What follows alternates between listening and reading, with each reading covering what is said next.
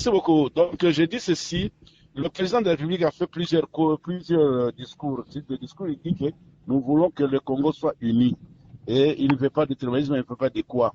Mais aujourd'hui, quand il sépare les gens, c'est ça qui est des problèmes. C'est pour cela que j'avais dit qu'il n'a qu'à consulter celui qui a l'expérience de 18 ans, comment nous pouvons marcher. Puisque lui aussi, on a l'expérience après 2023, on dirait que le président Morel Tshisekedi était au pouvoir ou allait demander l'expérience. Donc, c'est tout le monde qui demandera l'expérience aux prédécesseurs.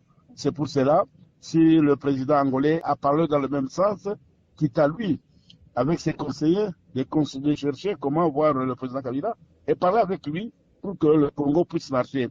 Nous n'avons pas autre chose que les Congo. S'il a besoin de mettre la paix au Congo, il va le faire. S'il n'a pas besoin de mettre la paix au Congo, il va s'en foutre. Là, ce n'est pas notre problème. Nous allons côté, puisque en 2018, on a donné la République démocratique du Congo, en 2019, entière. Lui aussi, en 2023, il va céder le pays entier à celui qui va le remplacer. C'est ça notre souhait du peuple congolais. Oui, non, donc l'FCC, nous avons qu'une seule autorité morale qui est Joseph Kabila. Si le contacter entre eux, ils se parlent. Celui qui a la majorité des députés de l'opposition au niveau de l'Assemblée. S'ils vont parler, le dialogue sera le bienvenu.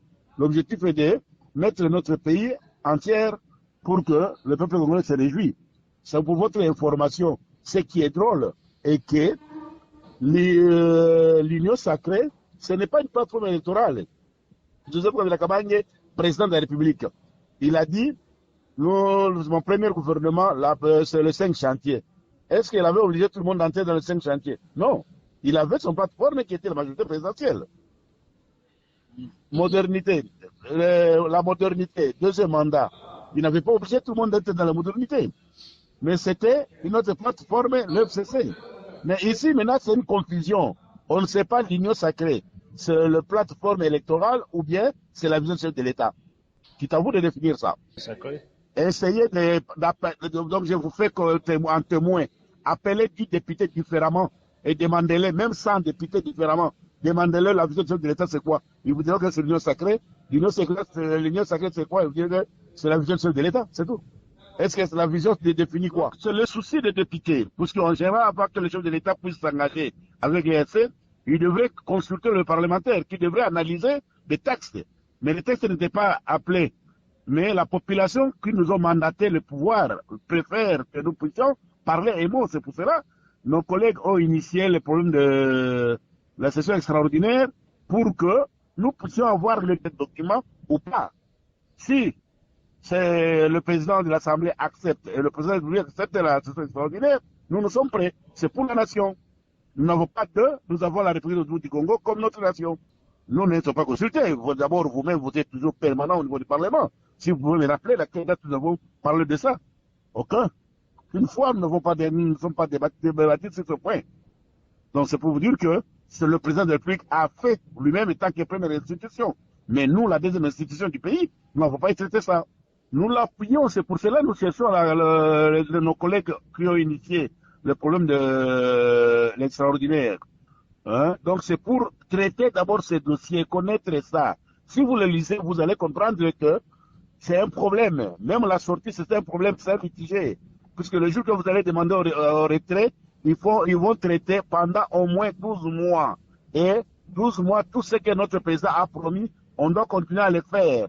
Donc il faut que la majorité de leur assemblée, 2 tiers puissent voter pour accepter que nous sommes d'accord que vous quittez.